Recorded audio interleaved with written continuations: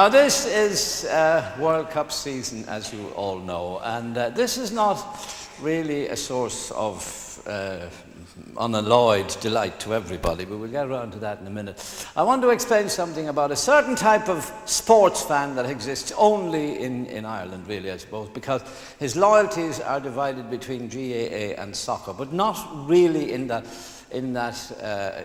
one part of GAA he likes. I'll give you an example. There's a man, say, in Cork City. Now, there's a certain type who thinks hurling is the only game. Like, hurling is the only game. You know what I mean? Like, well, soccer, then soccer after that. Soccer's the best football game. Like, well, Gaelic, yeah, sure, that's only for Kerry fellas. You know? Rugby, sure, that's only for queers. It so happened that a man of this persuasion, that's the only word you could use, happened to find himself in Croke Park at the Dublin-Donegal final a couple of years ago. And here we go, here we go, here we go, here we go, here we go. Hey, geez, this is lovely, isn't it? I was never in Croke Park before, you know. Never. This is my first time.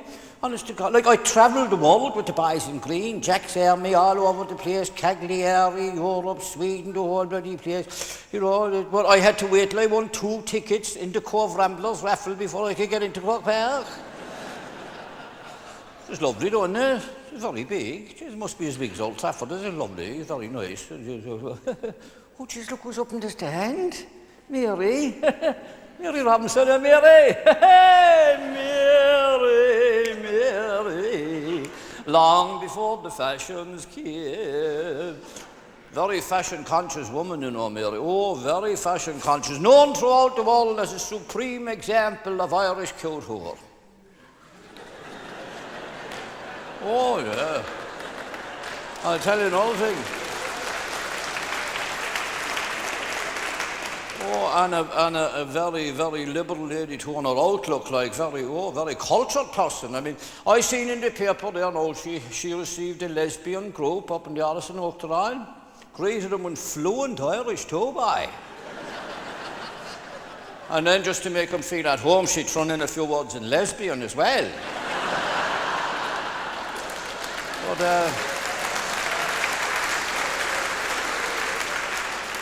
I think she's a great credit to us all the same, though. I mean, she's a great international ambassador, like, you know. She's very knobbly knees, too, hasn't she? Yeah. But I don't know, I think she's a great credit to us. But come here, we travel, though. I mean, we travel somewhere with the boys in green, all the Jack's Army. Like, compared to our fathers, sure, my uncle never went anywhere. He led a very narrow kind of a life, like, you know, I mean, he wouldn't go, he just wouldn't travel, like. 1 year, no, he refused point blank to go up to Thurles to the Munster final. What do I want to go to the north of Ireland for? You know, I tell you, the greatest adventure of my old fella's whole life was when he went to his sister's wedding out in Blarney. That's 4 miles away. And he got langers. Well, fair play we are. I got langers, like. But on the way home, he got the Gark over Blackpool Bridge. It was the first recorded fish kill in Cork waters. That's a fact. But I mean, look at me then, by comparison, like, I've been all over the world. I mean, I got langers in countries that's no longer on the map. I got thrown out of a kip shop in Hamburg for laughing at 2 women dancing together. Would you believe that? At least I think they were dancing.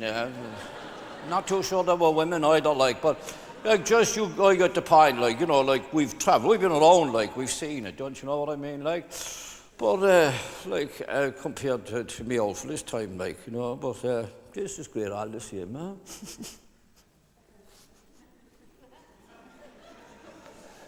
Come here, how many points did you have?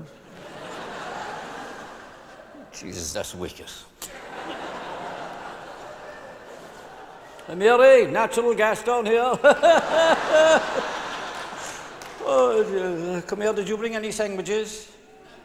Yeah, oh good, give us one of them, I'm starving. Jeez, what's that? A kebab? A donor. Does that mean he gave himself up?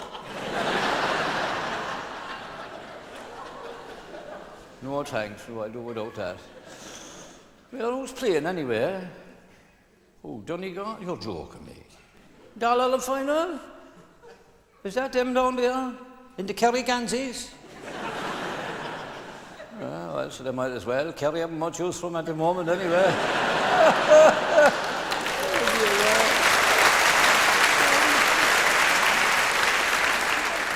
Yeah, they're doing very well all the same.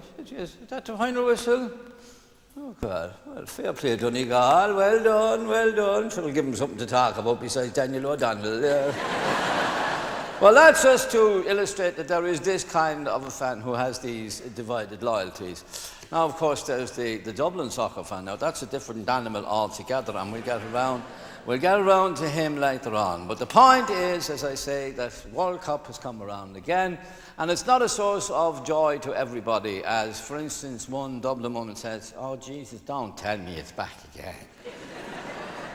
Oh, not the World Cup.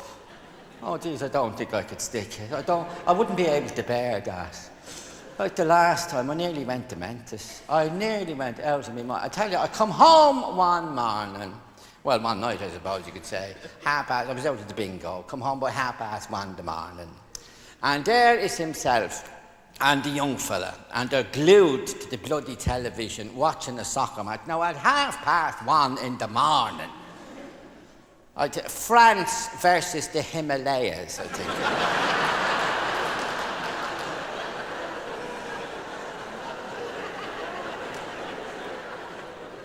Do you know what I mean? Like countries they never heard of a fortnight ago. And they're fucking worried about them.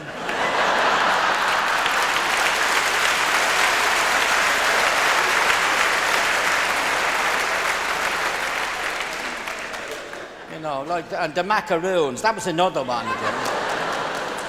Honest to God.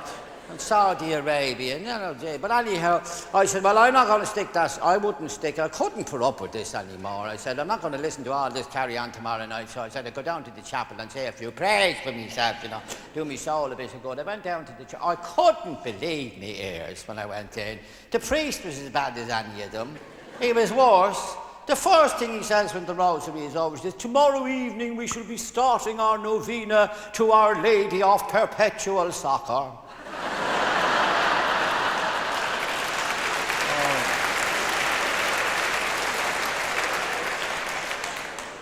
I said to myself, no harm to you, Father, but you can fucking keep it.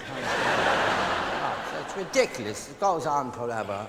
So that's the Dublin soccer fan. Now, this is a very different animal altogether as I have. Now, I'm not talking about the little fella that you see up in the stand, draping the tricolour out over the top of the stand, you know, with the name of his local boozer on the top of it, to make sure that he'll get pissed for nothing when he gets home.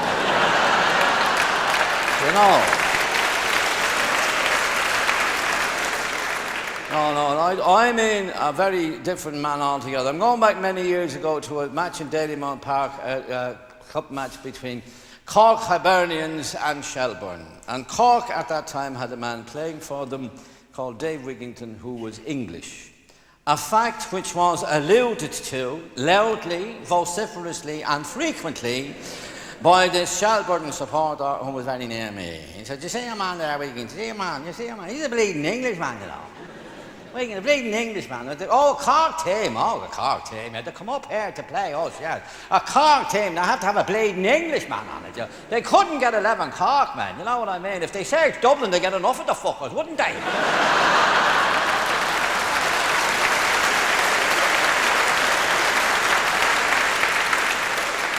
Oh, but oh no, they have to have a bleeding Englishman on it, you see.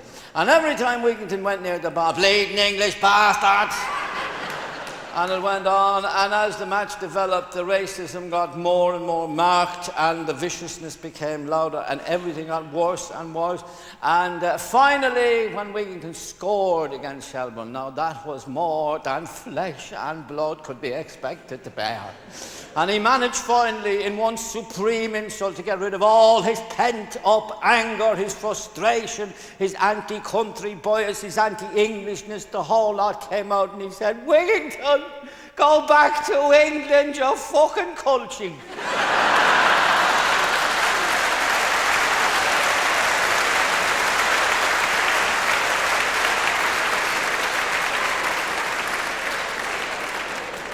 Of course, we've had an election recently. Well, 33% of us had an election recently, and the rest of us didn't give a shit. But it'll spread. There'll be no one out the next time. But anyway, this is an old friend of ours, and he's ringing his friend, and he had, hello, is that you, Mahi? This is Bartholomew here. Yeah. What do you mean, where's here? Brussels, of course. Yeah, that's all right. It's crawling with foreigners, though. Yeah, I can't understand the bloody word. I might as well be over in Carrow with the Balloyer and Ubbers. Yeah. Oh, no, it's grand. No, I'm glad I was elected. Oh, jeez, glad I was elected. Sure, it's working, doesn't it? Yeah, but I mean,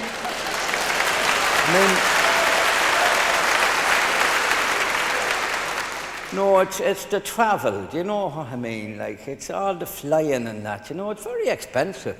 I mean, a fellow could use up to 5% of his travel expenses on that caper, Oh, indeed you could. Indeed you could. Like, with the county council, I'd be able to claim the mileage, Even though I don't use the car, I do get a lift in with Mrs. Mulligatawny, the dance teacher. Yeah. She drives an Aspidistra. Yeah, that's the one, yeah. Well, it's the least she might do. Sure, who got her the grant to hold the ballet classes in the town hall? Oh, yeah. But the flights themselves is great. I do enjoy the flights, yeah. Oh, gosh, you'd meet everyone on them. All the VIPs and the MEPs, they'd be all on it. Oh, it's great, yeah. Except the Green Party, of course. Oh, they're not on it. Oh, jeez, no way, no. They wouldn't travel on a plane with the rest of us. You're joking, we wouldn't be seen dead on it. Oh, two prime lassies now, I'm telling you. Oh, well, time will tell. Time will tell. Wait till they find out that you can't cycle to Brussels. I'm telling you. And they'll hop on board the same as the rest of us, I'm telling you that. And of course, then I suppose they'll start looking for organic salads. You know what I mean? They've two chances now of getting organic salads. Can you imagine now Aer Lingus dishing up organic tomatoes when you consider what they're already paying for the ordinary tomatoes? You know what I mean?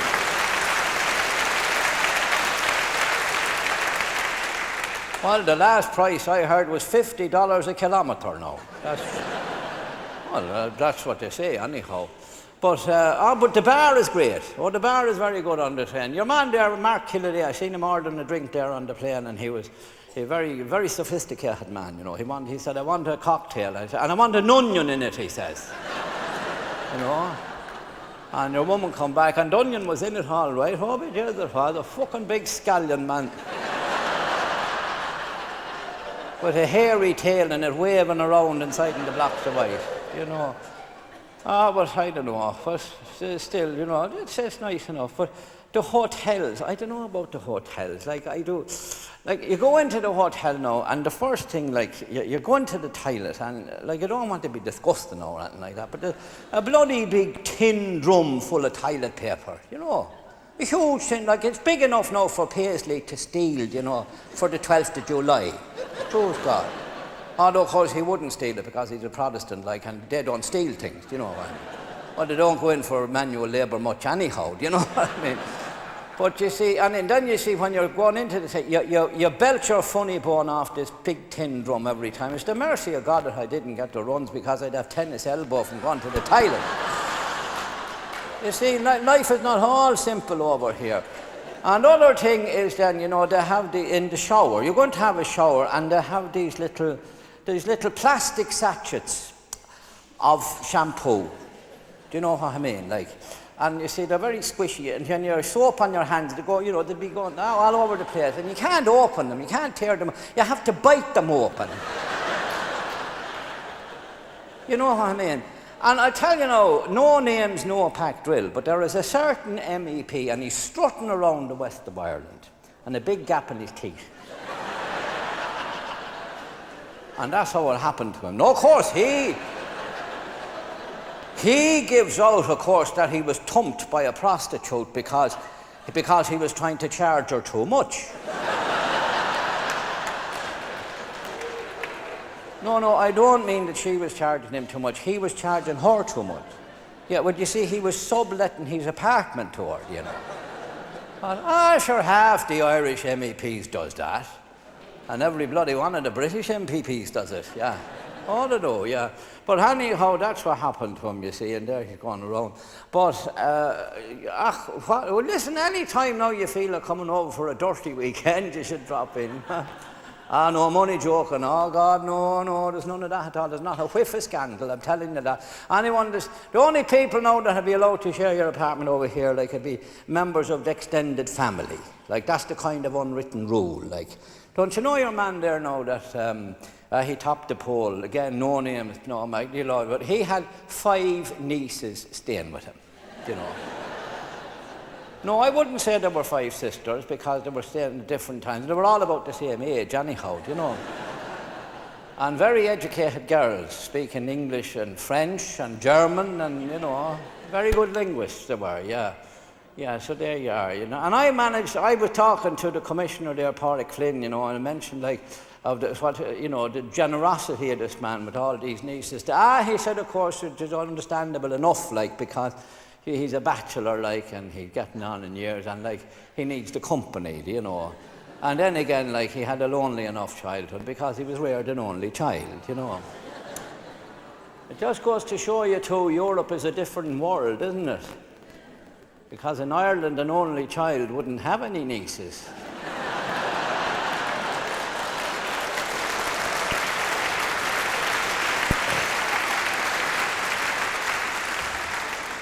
How to say a few words on the subject of emigration. Now, emigration has been with us for donkey's years, as we all know. The people emigrate from the most extraordinary and unexpected places. People actually emigrate from Cavan. Did you know that? Oh, they do. Some of them get as far as Leitrim. And the big political hot potato in Leitrim at the moment is the number of Cavan illegals in the streets of Manor Hamilton. And the Leitrim Council wants the pair of them sent home. There you are. But anyhow, one fellow got further. He managed to make it as far as London. And he went into what they call a house of ill fame, I suppose, although he called it a brothel. And he went into the brothel, and he was accosted by the madame. She said, "Yes, sir, can I help you?" Well, he said, "You might be able to help me right enough." Well, he said, "I was looking for a class of an obligement, do you know?" And she said, "No, I'm afraid I don't." "Oh, deed you do. Go on over that." He said, like, "Well, I'd like to, you know, I'd like to do it my way, do you know what I mean? Like, because, like, where I come from, you know, we have our own little areas. You know, we all have our own way about going about these things, like, and if I could get someone out that would do it my way, I'd look after it." She said, "Well, look, I don't know anything about it. It sounds awfully deviant to me, but however, there is a lady over there. Have a word with her, see what she says." So he went over to this girl and he said, "Good day to you, ma'am. I was told to talk to you. You might be able to help me, because I'll be looking for a class of an obligement, you know. But now, if you could do it my way, I'd be very grateful, and I'd look after you." They said, "There'd be an extra couple of omelets and all that, maybe." Do you know what I mean? Like, but the thing is, like, you see, like, well, you might not understand. Well, she said, "Just a minute, just hold on a minute." She said, "Where do you come from, anyway?" He said, "I come from a place called Cavan." She said, "All right. I'll tell you what, Mr. Cavan, she said. I'm going to make a deal with you. You show me a way that I've never seen before, and I'll do it for nothing. He said, "No, you're talking."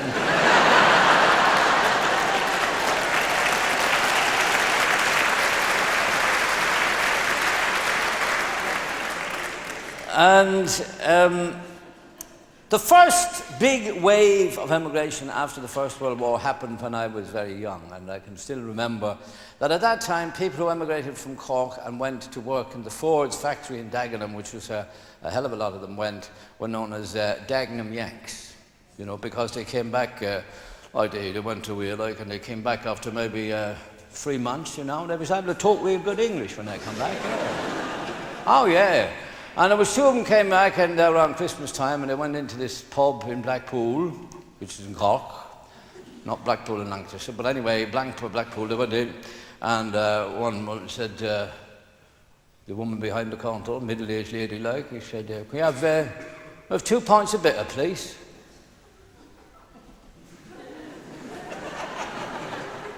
2 pints of what? 2 pints of bitter. Oh, we have none of that. We have muffies, like, but we have. Oh God, I don't believe this. Got no bitter. Oh my God, how backward can you get? What you got? What do you call it, Murphy? Oh, all right then.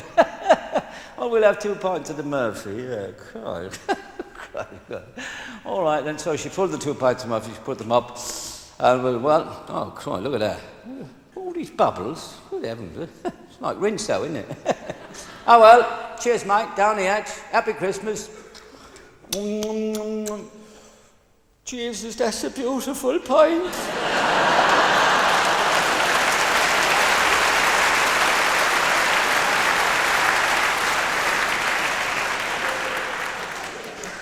I suppose the most dramatic story about emigration that ever could be told about Ireland, there were 2 people leaving Ireland on a ship. One man was a native of Cork City, and the other was a Presbyterian minister. No, not that one. No, we'd never had that luck. But anyway, the ship was a good bit out to sea, and suddenly the ship struck a torpedo. Because it was an Irish ship, otherwise the torpedo would have struck the ship. Well,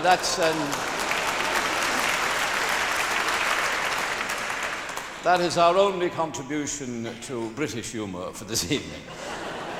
But anyway, the result was exactly the same. Down she went, down to the bottom. Everybody was lost, except for the Presbyterian minister and the Corkman, who found themselves on a raft, and they floated in. They were standing there on the beach of a desert island. And there they were looking out to sea. There was no sign of any more survivors, no sign of any rafts or lifebuoys, nothing. And they were on the point of total despair when the minister spotted one item floating in on the waves. It was a barbecued chicken. It was still in its cellophane wrapper, sitting on a polythene tray, and it was bobbing in towards them on the waves. And he said, "The Lord has seen fit to send us sustenance in our hour of need. Let us give thanks to the Lord." And the cockman said, "Geez, we'll have a go at the chicken." He said, "We will not, as you so crudely put it, have a go at the chicken. Well, we will give thanks to the Lord for his beneficence, and we will thank the Lord. We will put a curb upon our base desires until such time as the pangs of famine force us to partake of the Lord's goodness. In the meantime, we will rest and we will pray." So he prayed and he fell asleep. And when he awoke, he turned to the other man and he said, "I had the most wondrous dream. I dreamt that I prayed to the Lord, and I trusted on the Lord, and the Lord heard my prayer, and he sent his angels down from heaven, and they came blowing their trumpets and singing their canticles, and they lifted me up, and they carried me off aloft, away up through yonder blue to paradise." Wasn't that a wondrous dream? A most consoling experience. Yes, it was, all right. It was lovely for you. Did you, perchance, have an equally consoling dream? Not at all. I never closed an eye all night, never slept a wink. Sure, how could I with all them fucking angels? I was awake all night listening to them, blowing their bloody trumpet, singing hymns, flapping their wings. And I seen them coming down and they lifted you up and they carried you off aloft, away up through yonder blue to paradise. So I said to myself, he won't be back, and I ate the fucking chicken.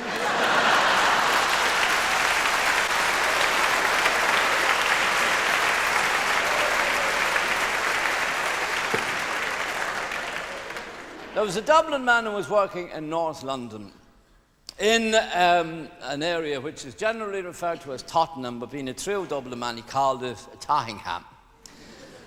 And apart from the fact he couldn't pronounce Tottingham properly, he had a bit of a problem with the speech in any case. But he went in to a branch of Joe Cardle's, the bookies in Tottingham, and he went up to the clerk and he said, I'd like to have a word with Mr. Joe Cardle, please. You'd like to have Mr. Cole, would you, Pat? Yeah, well, he's a very busy man. He doesn't have time to talk to people like you. Now, piss off. Come on your way. And he said, but I'm after packing a... I know, yes, I know, yeah. You're back to favourite and you lost your docket and you'd like me to give you the money. Wouldn't life be wonderful if it was that simple? Come on, you mix your child. Get out of it. He said, no, I'm after backing a Oh, I see, it was a 40-1 winner, was it? It gets fair every time, don't it? You mix, you give me a pain in the arse. Get out of here before I call a cop.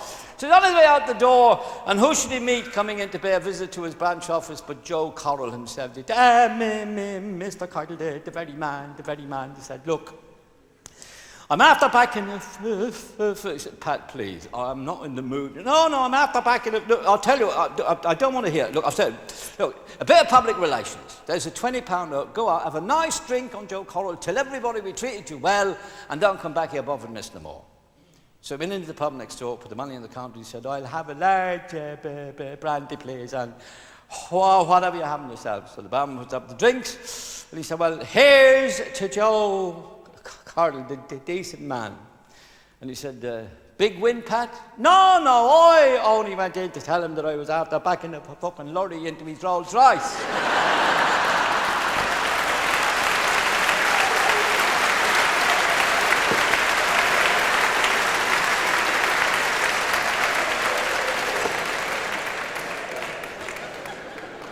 I want to talk about sort of gambling in Ireland.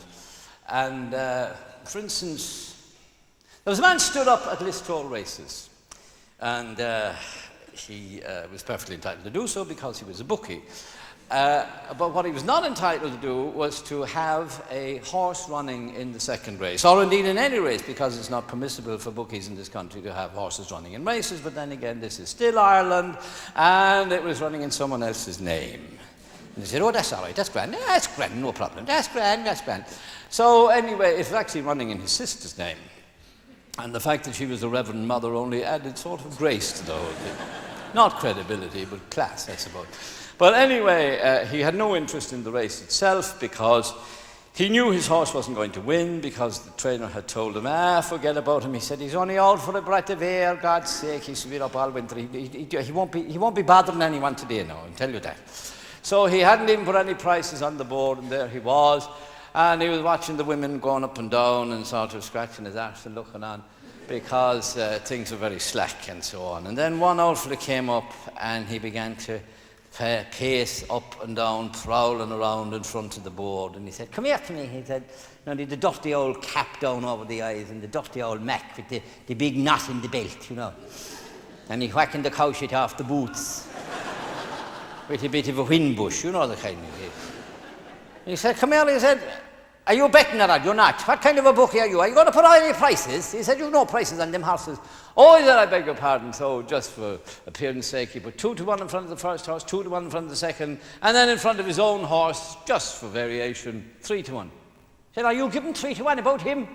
He said, I am. Hold on. He said, I'll have £200 in him. So he took the £200, gave the man his ticket, threw the money in the bag, and didn't even bother to change the prices because he knew the horse wasn't going to win. The trainer had told him. And they ran the race, and of course, his horse did win. And the outfit comes back to him. I catch you! I have a winner! He said, you have?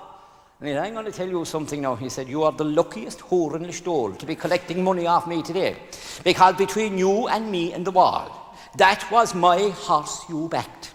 And I knew from the trainer it couldn't possibly win. And in fact, if I can make out how you could tell it would win. Because I own the other two horses.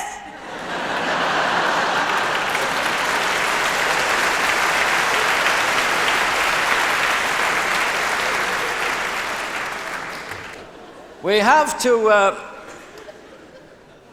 refer to politics. Now, I mean, it's not a thing that I really want to talk about, but it has to be talked about in some way, shape, or form. And I remember at the time of the last election, I was out of the country actually for about 7 weeks, and when I came back, I was absolutely astonished at what had happened.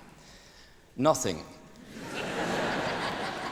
The same shower were still haggling with the other same shower, and they were in hotel rooms and so on. It went on for weeks and weeks. And finally, anyway, they decided that somebody would have to sing in tune with somebody else.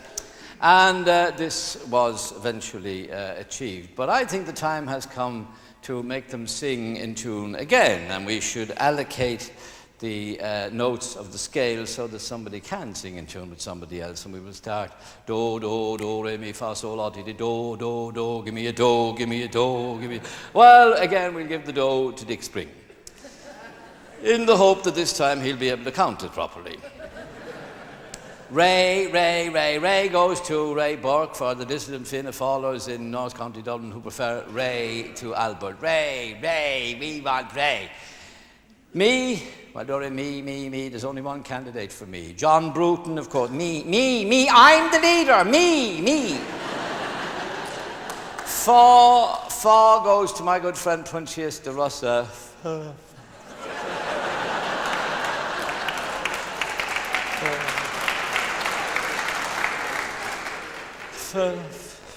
Fuck off.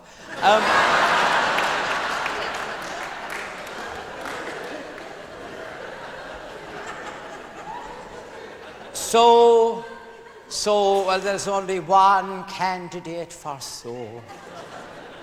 Pádraic Naofa himself. Pádraic the apostate, who was struck down on the road to Belmullet. And the voice from on high said, arise, Pádraic, and go to Brussels. I'll go to Damascus.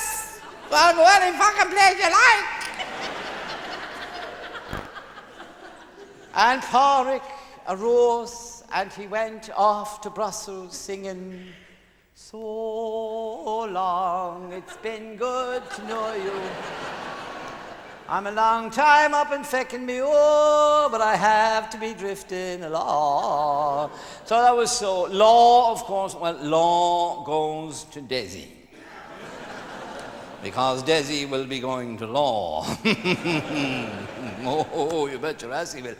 So, T goes to T, Peter Barry, of course. Goes to Peter Barry, Barry's tea, for heaven's sake, what else? And then we're back up to do again. High do this time. And they're all up to high do because they're wondering how things are going to go because Dick and Albert do the mating dance.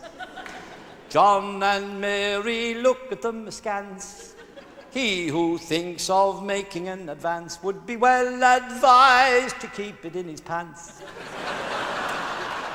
They're on the one road, sharing the one load. They're on the road to God knows where. Flick the pages of history's ages for a more unlikely pair. They both have plans, but they're both cute whores. I'll show you mine if I can have a look at yours. They're in the same boat, steaming along, having a last ding dong.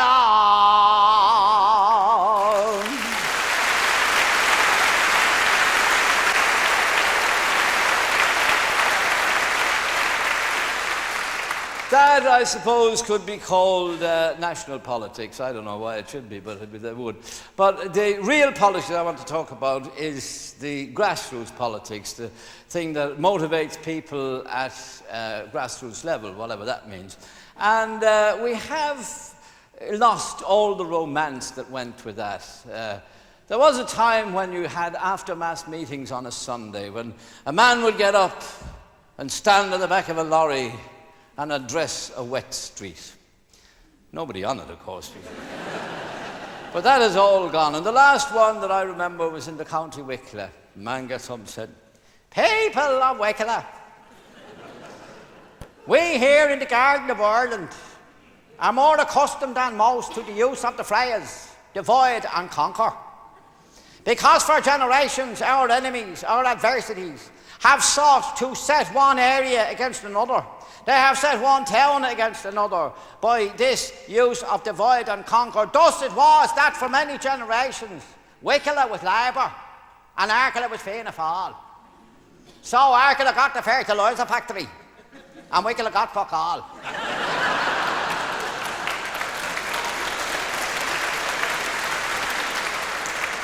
But with this new coalition, all this will be put right. Now Wicklow will get the fertiliser and Arklow will get the shite. But we have a history of great heroes of renown who have inspired us with song, the wonderful Take Fiach MacHugh and the wonderful song of Folly Me Up to Carlow. Up with halberd, out with sword, on we go for by the Lord. Fiach MacHugh has given the word, folly me up to Carlow. Did you ever hear such bullshit in all your life? Fiach MacHugh, he was a hammer man, you know. I should all them old heroes, they were all the same. They were all terrible hammermen, you know what I mean? Like, you know, they were always at it morning, noon and night. Sure.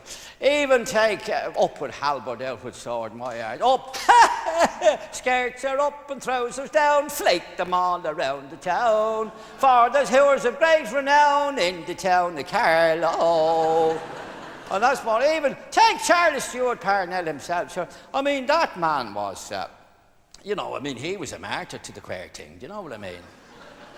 Oh, indeed. I read a book. In a book, he said that he had a mistress by the name of Kitty O'Shea. But of course, I wouldn't believe that. I'd say that was British propaganda now myself. I mean, a mistress called Kitty O'Shea. What kind of a name is that for a mistress? A great name for a camogie player. Although the way the camogie is going nowadays, I wouldn't be too sure either, you know, with the short skirts and the frilly knickers, do you know what I mean? It's a far cry from our time, you know, with the long black stockings and the navy blue passion killers. They kill a bad thought at 50 yards.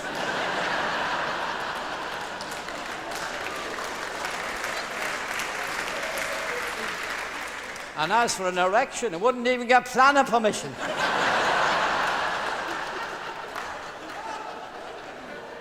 Now, that's the romantic side of Irish politics. But we have to go to the really local stuff. For instance, there was a long-running dispute between the Cork and Waterford County Councils over a bridge that spanned the Blackwater River at Youghal. Now, this bridge had a defective section in the middle, which was in danger of collapsing into the river, so it was closed off, and the people had to go all around. And it was a dreadful hullabaloo, and it went on, it dragged on for years. Neither council would accept responsibility because the Waterford Council said, no, they said, no, you see, it's not really, like, it's more on the Cork side. You see, that's the point. It's more on the Cork side. What are you talking about? No, you see. No, it's the middle. Look, it's the middle of the bridge. There is no question about that. That is not in dispute. But it's not the middle of the river, do you see? I know. You see, there's a bend in the river. Now, the bridge comes kind of skew-ways across it. Feck off, oh, that is on your side. What are you talking about? And it went on and dragged on. And finally, one councillor got up at the County Council meeting and said, Mr. Chairman, I can't understand why we can't fix this. But it's a simple matter. One section in the middle of the bridge. Sure, I could piss halfway across it. Councillor Sullivan, you are out of order. Of course I'm out of order. If I was in the hole of me head, I'd piss the whole way across.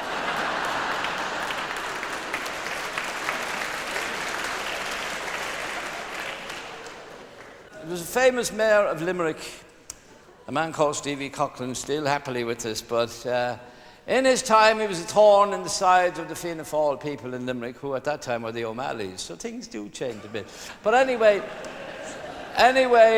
Stevie had never ventured into enemy territory, but his crowd brought in a new act which enabled people who lived in council cottages or corporation flats to apply for loans for small improvements, or grants for small improvements.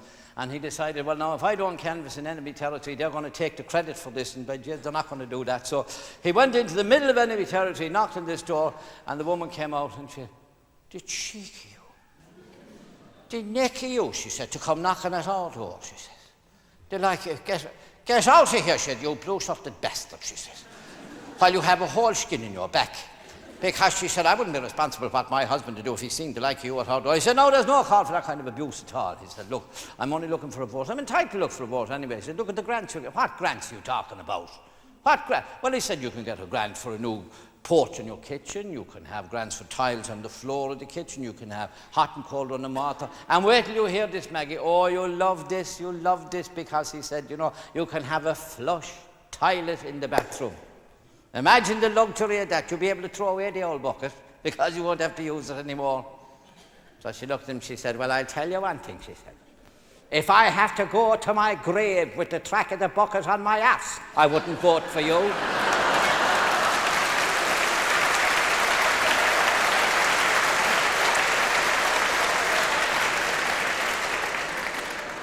Now that is politics. But one of my own favourite examples comes from the County Mayo. There was a man came into the County Mayo County Council meeting and said, Mr. Chairman, I brought in a motion to last meeting this council for to have all the seats in the council chamber upholstered. Because after all, what are they? They're little sort of small little wooden forums as hard as a rock, and they'd cut the bloody arse off, yeah? You know what I mean? And I mean, when we were promised the upholstery, when are we going to get the upholstery? And the chair said, oh, will you give us a bloody break with your upholstery? He said, can't you do what you do at home? Bring in a sack of hay and sit on that. Said, I will. And have it ate on me when I get up to speak.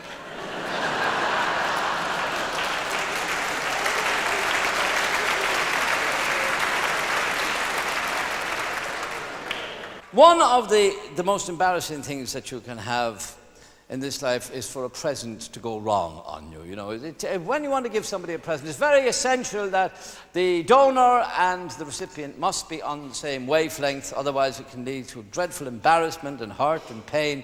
For instance, there was a girl in Dublin, she was approached by her boyfriend. He was absolutely crazy about her. He wanted to give her a present that would not only reflect the depth of his affection, but also the care that he had taken in the choice of presents. So he agonized about it and finally decided he would give her an orchid, a very special orchid, a rare, expensive orchid, which he had mounted on a red, heart-shaped plush velvet cushion. And it was covered in cellophane, beautifully wrapped, gold ribbons and all this. He went to the door, he rang at the bell, and when she came out with love streaming from his eyes, he presented her with his orchid.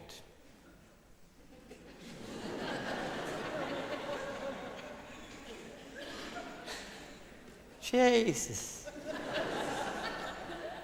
Big deal. One fucking flower.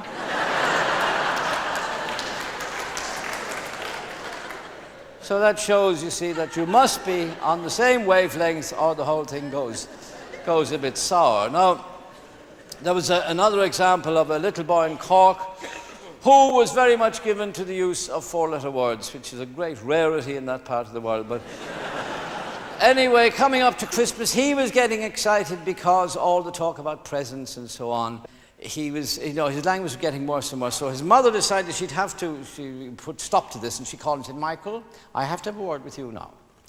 She said, your language is atrocious. It's appalling. I mean, you're effing and blinding and cursing and swearing. And I have to tell you something now. She said, you don't seem to realize this, she said, but Santa Claus is like Holy God. He hears everything, he sees everything, he knows everything. And he hears you effing and blinding and cursing and swearing, and he doesn't like it. And I'm telling you now, if you don't cut it out, if you don't pull up... He said, I don't believe that old crap. Don't you dare use that language to me. I'm telling you, if you do not clean up your act, cut out the language, stop effing and blinding. I think to say, shit.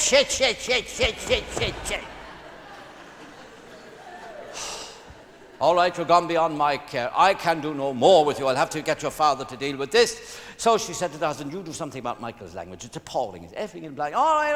I'll try and think of something to teach him a lesson. So he was doing a bit of tidying up in the garden on Christmas Eve.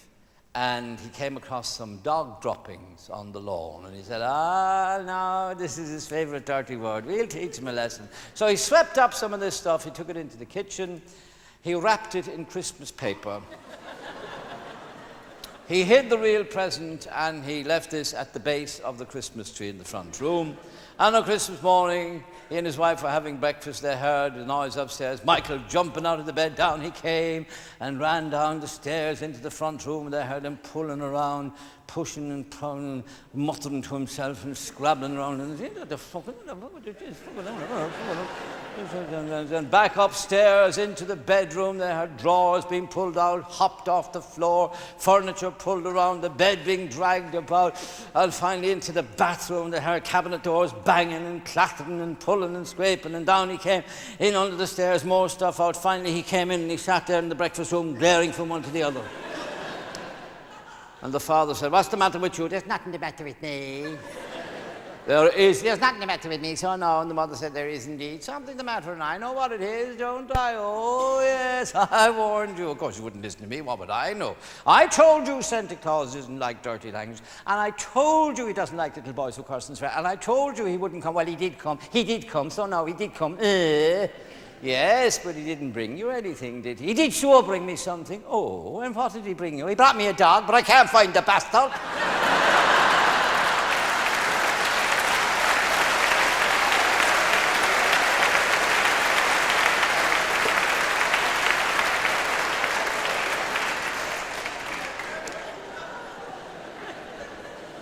And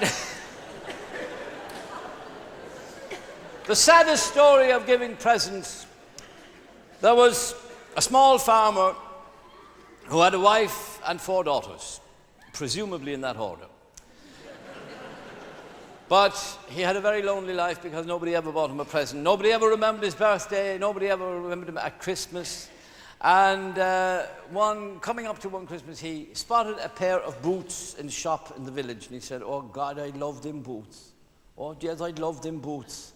So he began to drop hints about the boots, but nobody listened. Christmas came and went, no boots. Birthday came and went, no boots. So he said, feck 'em, I'll buy the boots myself. So he bought the boots and he came home and he stood on the back door step. And there he was, and he was knocking imaginary muck off the heels of the boots to try to attract attention. Nobody looked around.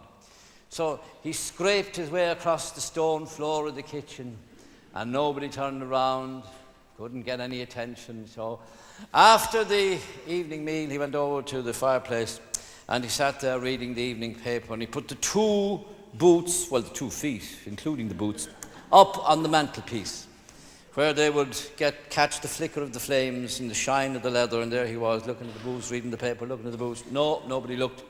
So he was getting very distressed and very frustrated. And that night, his wife had already gone up to bed, and he was going up the stairs, and he clumped up the stairs to draw attention to the boots. No luck, no attention. So he opened the bedroom door, and he scraped his way into the middle of the bedroom, and she never looked around. She just lay there on the bed, paid no attention whatever. So he began to disrobe. Off came the jacket. Scrape, scrape. No reaction. Off went the shirt. Scrape, scrape. No reaction. Down went the trousers. Scrape, scrape. No reaction. And finally he stood there wearing nothing, only the socks and the boots. And she still hadn't turned around or said anything. So he said, oh, God Almighty, what kind of a woman did I marry? Or what kind of a family did I rear to say that no one would admire my new boots or say, God bless your new boots, or well, you may wear your new boots, or good luck with your new boots. And here I am in the autumn of my days, stark naked to the 4 winds of the world, in the middle of my own bedroom, with my only pal in life, and he looking down at my new boots.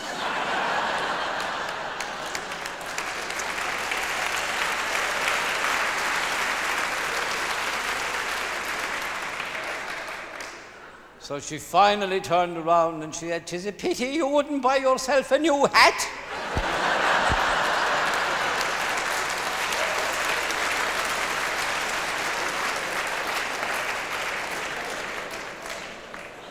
There are, of course, certain stories that appeal to me more than, well, for reasons that I couldn't even identify. For instance, there's a town on the east coast of Ireland called Dundalk, which is, a very, very nice town, if you could see it behind Larry Goodman's lorries.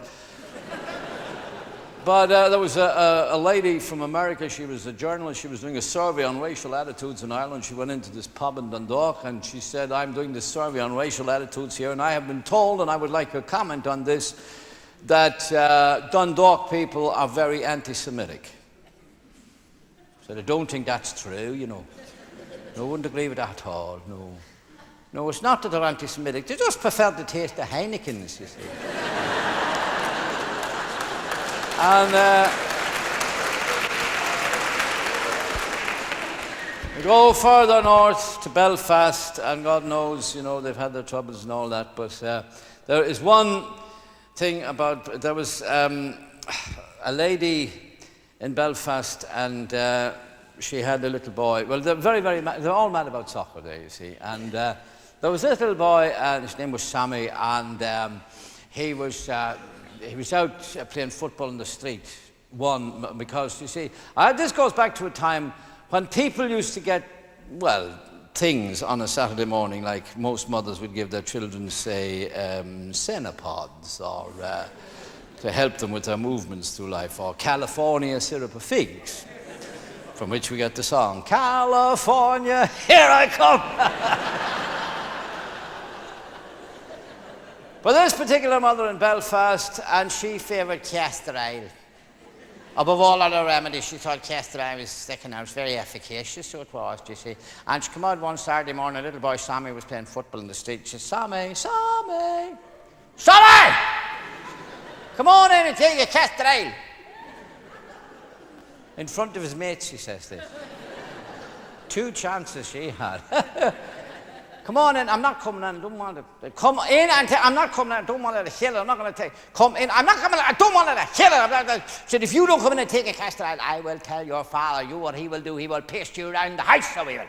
Now, are you going to be a good boy? All right, come on, all right, come on. You're going to take a castor oil. All right, I'll take my castor oil, but I won't shake.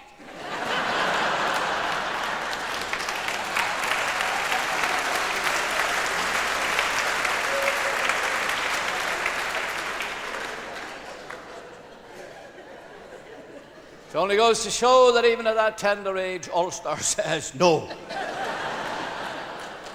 But of all the stories that have emanated from any part of this island of ours, my own favourite comes and has to come, obviously, from the kingdom of Kerry. Because Kerry people have been persecuted for so long with all these stupid Kerry jokes. And a very scientifically minded man decided he was going to probe this situation and find out what caused all this. And he went down to Kerry and he decided to analyse these people on their home patch. So he went into a pub in Tralee, and the first man he saw had obviously been very badly injured at some stage because he had an empty sleeve tucked into the pocket of his jacket. And he watched this for a while, and underneath the sleeve you could just make out, under the material, the shape of the stump of his arm. But what fascinated the visitor was that this man was wearing his wristwatch around the stump of his arm. So he observed this from a distance for a while, and then he came up and he said, as casually as he could, "What time is it, please?"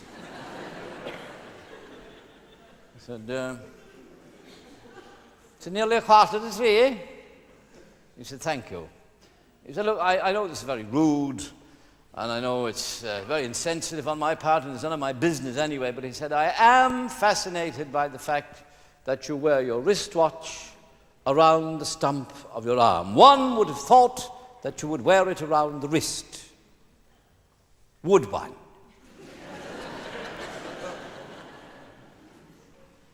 And what would I wind it with?